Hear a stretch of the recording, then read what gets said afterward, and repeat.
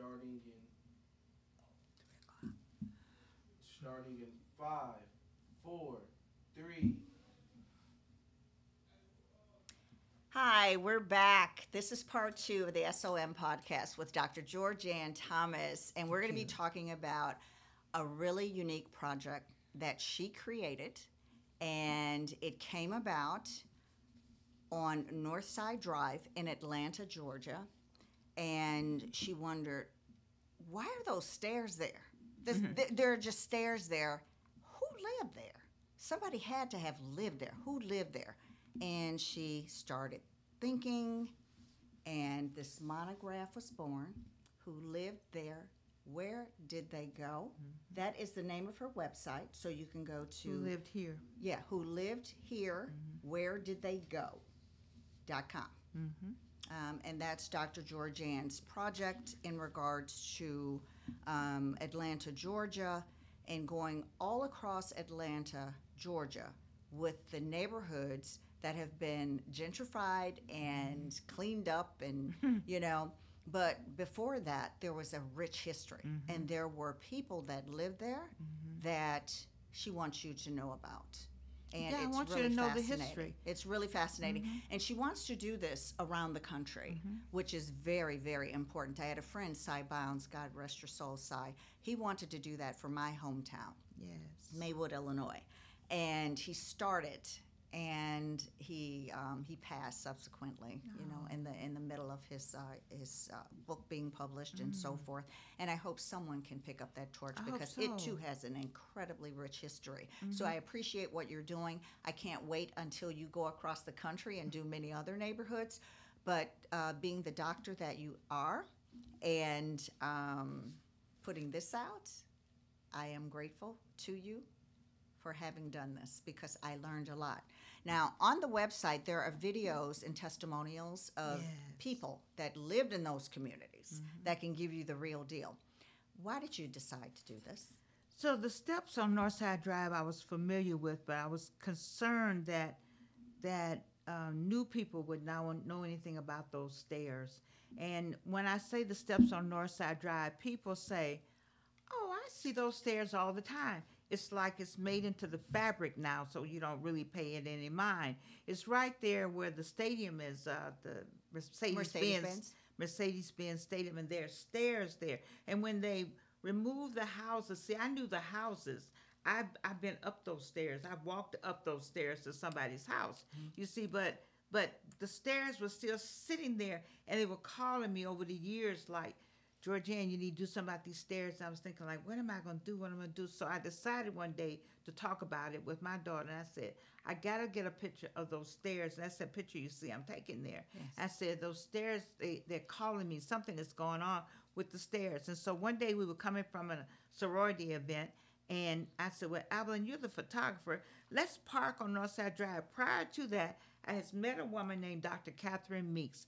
She is the director of the Absalom Center for Racial Healing over by the Clark Atlanta University.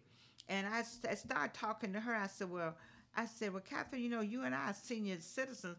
I don't know how we're going to stop on Northside Drive and take the pictures of these stairs. And we couldn't figure it out. So one day my daughter was driving along. I said, Evelyn, you're a photographer. Let's stop on Northside Drive and take the pictures. She said, no, Mama, we can't stop on Northside Drive. You don't do that. The cars will run us over. She said, I'm going to slow down. You just start snapping. So I started snapping the pictures as we were riding along. And when I showed them to Dr. Meeks, she's like, oh, my God. These are beautiful, and I made a poster, that same poster. Yes. I put all the pictures together. I said, because these steps mean something. And why did I want those steps? Because it was in an area called Lightning. Lightning is a neighborhood that was destroyed, completely pushed the people out of the neighborhood so they can build the Georgia World Congress Center, and then after that build a Mercedes-Benz stadium. But there were warm bodies there.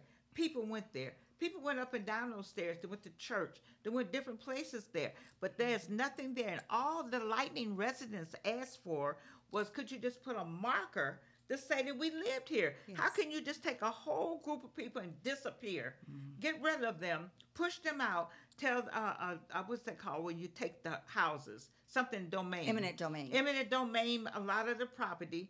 Give them maybe the house was worth 80,000, but we're gonna give them 30,000. But when you 30,000 haven't had any money, then you take the 30,000 or you take the 12,000. So the people are gone. And so I wanted to do something. I want to thank Archbishop John Lewis, and I want to thank Reverend Jerome Banks, because I never would have gotten the full history of lightning had I not been able to talk to them, because I lived it, but it didn't mean that I knew it all. I went to lightning up those stairs with a employee at Delta Airlines. She said, Donzella said, let's go to my mama's house. I got to pick up a cake for the Delta Airlines party we having over in the law department. I said, okay, how would I know I was going up these stairs in an area called Lightning? It was just another part of Atlanta. Only to one day there was nobody there.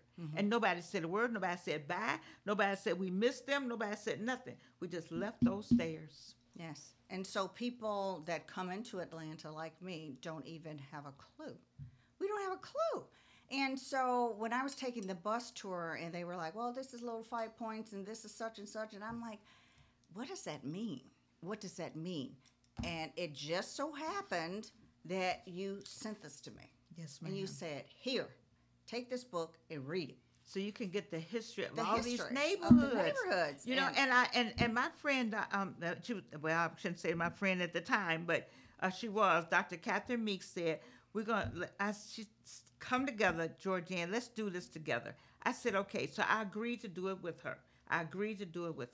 And so I said, let me get all my friends that live in all these neighborhoods. She said, let's interview them. I said, I can find anybody you want, as you know, and to live in every neighborhood. Yes. So I got all these people that came to the Absalom Center. Chelsea and Dr. Meeks put together their interviews so that we can have those interviews somewhere documented. And I was encouraged to do the monograph, which I did do the monograph. And so together we all came up with this, who lived here, where they go, which was an idea that I loved and I wanted to do, but I did it in conjunction with the Absalom Center because I was a Bishop Barbara A. Harris Fellow there. Excellent. And so I'm going to go ahead and give that credit to all of us because we worked in conjunction to get this thing done. This thing had to be done. And for me, for the audience, I need for you to know, I really wanted this done. I didn't know how I was going to do it, but I knew I was going to do something. I had gathered 27 neighborhoods. I had put together the list. In Atlanta. I had talked to my friends. I didn't know what I was going to do next, but I knew I was going to do something because I said, I'm not stupid. I can do something with it. But in talking to Dr. Meeks, she said, why don't you do something here? And so that's how it came where you have there are very much involved. But let me just say something, Bridgette. I'm very proud of a person like you coming to Atlanta and wanting to know about the neighborhoods and the people who live here. See, we have a lot of people who come to Atlanta and they start telling Atlantans who they are. We don't need you to tell us who we are. We know who we are. You need to find out where you're coming to. Absolutely. You need to understand the people who were here. And the history. And you need to know the history before you start telling us it. And people used to get mad with people from Chicago, New York. Well, you need to go back home to all those different places if you don't like the way we do it here. Right. That's how we used to be. But now we have a new set of people like the Bridgettes that come here to say, I want to know more. Yeah. Please tell me more. You know why, Georgianne? This piece is for you. You know why? Because this was probably the most, Atlanta's always been known as the most progressive, I was going to say state, Georgia, but Atlanta, the cities, one of the most progressive cities in the South, meaning that it could be visionary. It could see ahead to the future and not stagnate in isms. Maynard Jackson, go ahead. And so when you find a place like that, that's what makes this place magical.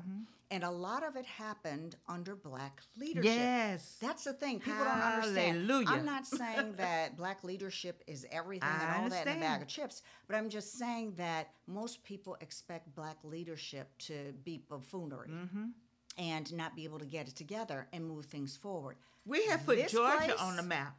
This place here Yes. is amazing. Amazing. To come up under Black leadership, council folks, Yes. mayors, Yes, and so forth and so yes. on. to judges. make this as the beautiful place that it is. I had to learn about it. Yes, thank you. I had to learn about it. Thank you. And then when I drove through Buckhead, you know, we used to come to Buckhead all the time, all the time when I was working at my corporations. And so we hang out.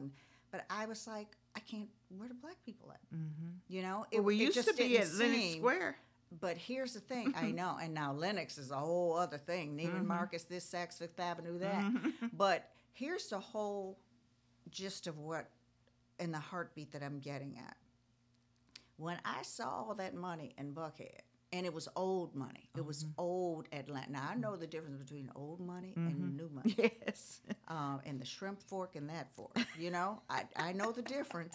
I do know the difference. You just can't pick up the big fork and start eating everything with it when you're at the Four Seasons. Oh, girl, stop. So I know the difference. And when I was going around and the tour guide was saying, yeah, so that's such and such owns the New York Stock Exchange, and this is this and this. I was like, you can own that?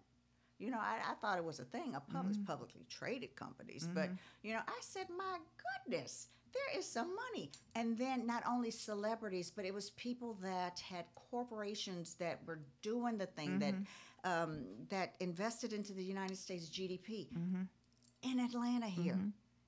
This place it's Wakanda. It's nuts. It's bananas. But you know what I like?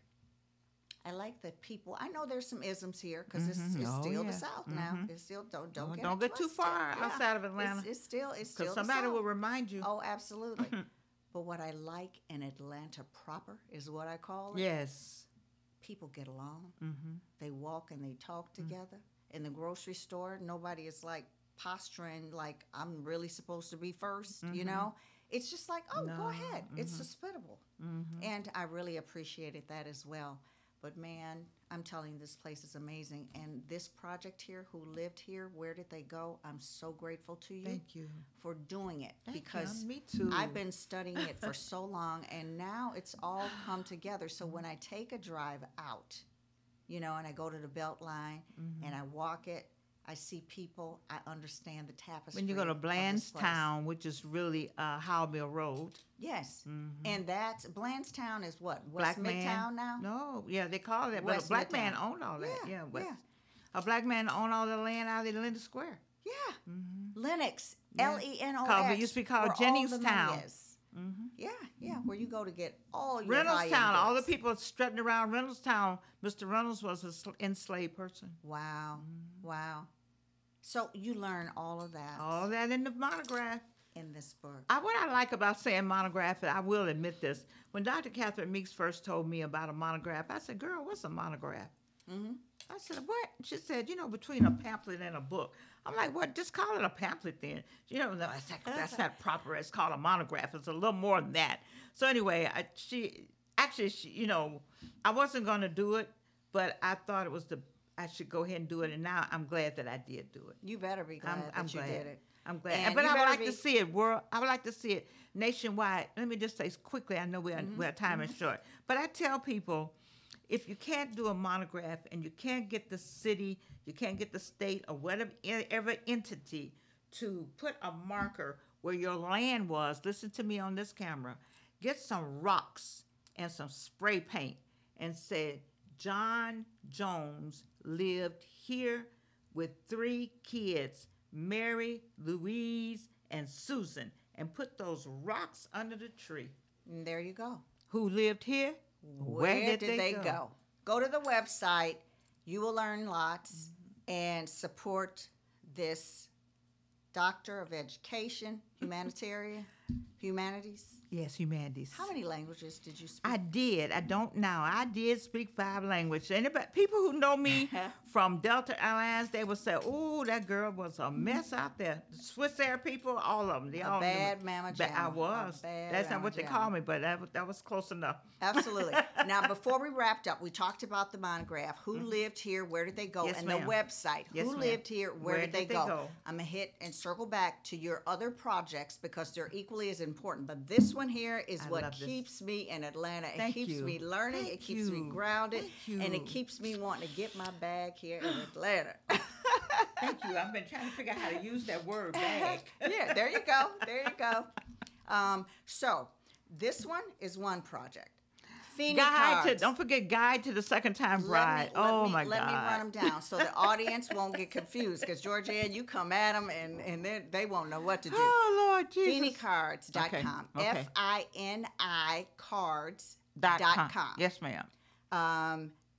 Orange Grace. OrangeGrace.com. Okay. Those cards are for the incarcerated. Don't forget about them. Go there. They're complimentary. Okay. You can send these out digitally. Okay. And then we're waiting for her cosmetics to come back up with the lotions and oils and all of that. All right. And that line is called Georgianne's Skin Treats. Georgianne's Skin Treats, and they are treats, let me tell you. I don't put anything on my body, and I don't wear everything, but that. Thank you. I loved it. I'm not saying that because But I do have T-shirts called Georgianne's Skin Treats. But go ahead. And see, we could promote it that way. And once you get back to manufacturing, everybody will be buying. You've got another project. Museum Atlanta. Oh, yes. Museumatlanta.org. Yes. Museumatlanta.org. Go there. You'll find out amazing About your things. friend, Lawrence Walden is on there. Mr. Lawrence Walden. And Beverly He Fontaine. Is amazing artist. Beverly Fontaine. Amazing artist. And she's got more coming into the museum. Yes. She's got storage full of stuff. And it's a just house a matter full. of getting it on to Yes. the museum platform. So Museum Atlanta. And .org. then she's got museumatlanta.org. What's your other project? The Guide to the Second Time Bride.com. And I laugh I'm sorry, because I didn't follow my own book. So I married the third time. I love it. I need to put my glasses on for that. Anyway, so who's divorced 3 times by the time they're 45? I don't know, somebody young and crazy. Somebody that's fabulous and knows They needed what to be she this wants. person. They needed to be this person. I hear you. Anyway, Guide to the Second Time Bride. It's really Insightful. Very. And I would insightful. like to see Guide to the Second Time Bride. It doesn't matter the bride. Yes. There you go. And that leads me into your other project, which is phenomenal. It's, as I said before, it's bits and pieces to her memoir. And it's called A Slice of Life. Slice of Life. On YouTube. Yes. Go there, subscribe, like, comment, and when she puts those glasses on, Hello, I'm darling. telling you, hello, darling. Hello. Hello, darling. She tickles me. I laugh at myself. And, when you were talking about the Second Time Bride, the Guide to Second Time Bride, I encouraged her because she's on 65 plus, letting you know that there's so much life. Stop talking about, oh, I ache, oh, I can't do this. I don't want to learn Super the computers. aging. I don't. Cut it out. Georgianne has got me telling people, cut it out. Get busy. Stop acting like you're old. Can I say something There's so much youth in you. Stop it. Yes. Do I have a last word? Absolutely. 5 prayers that you must pray if you can't figure out nothing else to pray. And that's the name of my daughter's book, www.avalon.com. I've never seen a book like this because prayer has brought me through these 3 cancers. I'm a 3-time cancer survivor. I want to say that. And I want to say that because it's people like Bridgette that brings out people like me, that I'm trying to bring out other people like me. If you had cancer, have cancer, or just found out that you have cancer, then I want you to say, Georgianne or Bridgette knows somebody who had cancer 3 times, and look at her. Absolutely. I'm here. Just as vibrant and youthful as she could be. I had infusion chemo. Infusion chemo is the chemo they give you, this last one, that tries to keep you here. And so it worked havoc on me.